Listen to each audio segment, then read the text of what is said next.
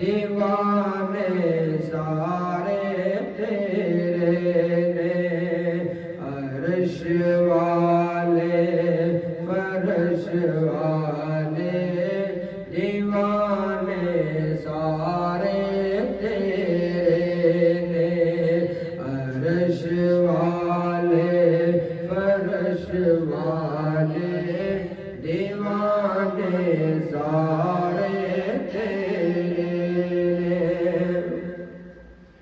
میں خالق ساری دنیا دا، تو مالک ساری دنیا دا، میں خالق ساری دنیا دا، تو مالک ساری دنیا دا، کسے منگتے نو نہ موڑی، خزانے سارے تیرے نے، کسے منگتے نو نہ موڑی، خزانے سارے تیرے نے، عرش والے فرش والے دیوانے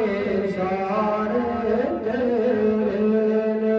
ایک بار سارے مل کے پڑھ لو، خدا فرما یا محبوبہ زمانے سارے۔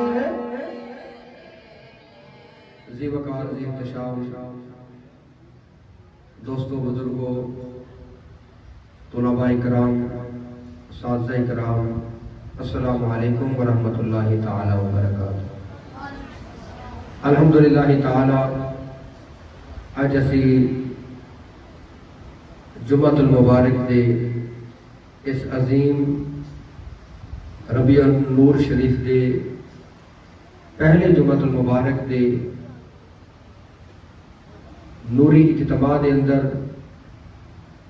حاضری دا شرف حاصل کر رہے ہیں۔ دعا ہے مالک کائنات ساڑی جمعۃ المبارک دی حاضری اپنی پاک بارگاہ دے اندر قبول فرمائے۔ اللہ تبارک و تعالیٰ نے قرآن مجید فرقان حمید دے اندر ارشاد فرمایا وَمَا يَنطِقُ عَنِ الْهَوَىٰ إِنْ هُوَ إِلَّا وَحْيٌ يُوحَىٰ۔ فرمایا وَمَا يَنطِقُ،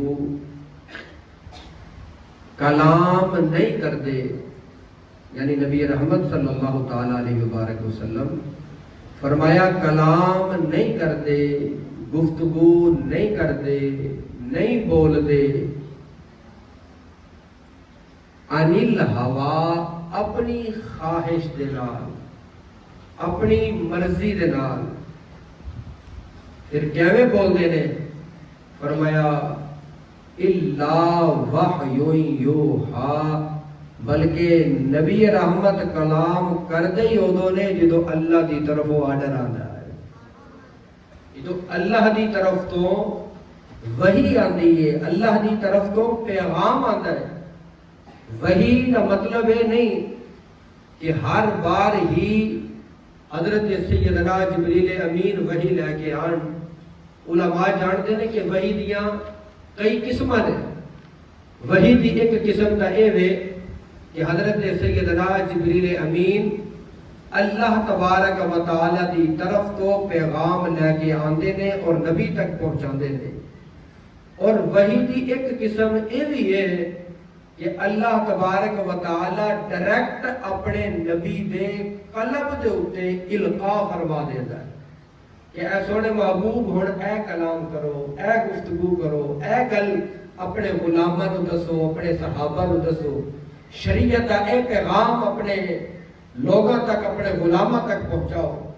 فرمایا یعنی خلاصہ اے بنیا، معنی اے بنیا کہ نبی اپنی مرضی دے نال کلام نہیں کردے، جدوں بھی کلام کردے نے اللہ دی مرضی دے نال کلام کردے۔ فرمایا جدوں اللہ دی وحی آندی ہے، جدوں اللہ دی طرف تو القاء ہوندا ہے، اللہ دی طرف تو پیغام ملتا ہے، فرمایا اس وقت نبی کا نام کر